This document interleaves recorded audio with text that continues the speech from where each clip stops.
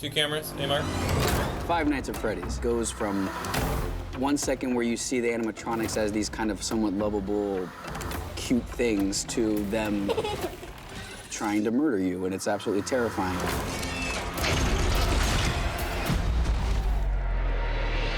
The genius who created Fazbear Entertainment opened Freddy Fazbear's Pizzeria to indulge in his greatest passion, cutting-edge animatronic technology.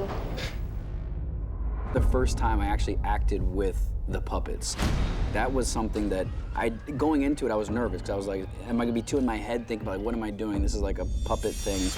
But all of a sudden, it felt very real to me, and that really caught me off guard, and thank God it did, because that made my job a lot easier. That is the magic of puppetry, is they're right there, it's physical, the actors can reach out and touch them, they can really be in the moment, because we're in the moment right there with them. There's no pretending, there's no post. We're all there together creating that scene.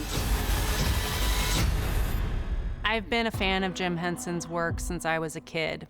And to be able to collaborate with the Jim Henson Creature Shop on this movie was a lifelong dream. There's a lot of stuff that they had to bring to life, and I can't imagine a better team to do it than Jim Henson. We want to make sure that the fans are getting what they want. So when we're designing, when we're building, when we're covering the costumes, when we're picking colors, designing the eyes, every single aspect, we make sure that we're staying as true to the original IP as we possibly can. In the early design phases, we've sculpted into those models what we thought would be a functional puppet. Once we had that groundwork, it became more of a software approach.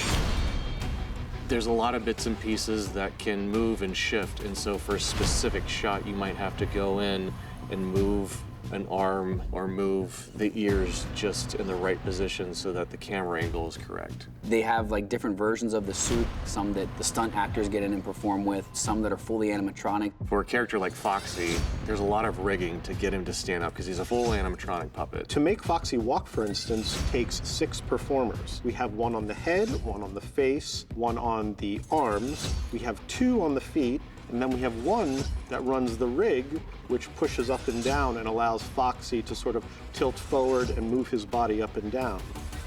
Seeing the characters literally come to life in front of you was nothing short of incredible. So we have some wonderful stunt performers who are inside the costumes and really bring our characters to life. The most challenging thing about performing as Freddy Fazbear, it's different than just performing as an actor. You're not wearing a costume and performing. You're driving a suit. The suits aren't super heavy. The head's pretty heavy, but a lot of times we are holding a certain attitude or a certain position for minutes and minutes on end, and that can get a little tiring. I have a helmet that's about 16 pounds, and I call it a helmet because it's full. I'm in there, and I don't really have any visibility whatsoever. You look at sort of your silhouette because you can't really see anything, and you can't really move your extremities. You get to walk around in it, you get to see how people react to it, and you start to use your body and really try to articulate character and not just, you know, moving in straight lines.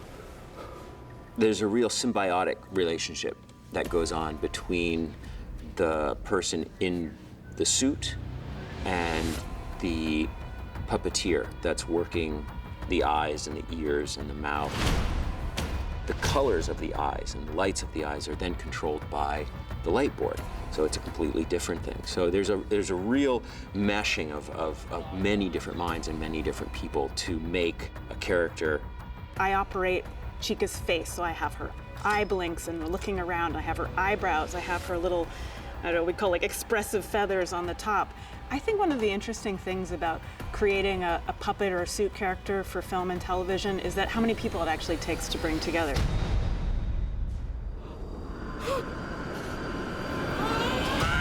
The first time that we put a suit performer into Freddy, Lynn and company brought some lights.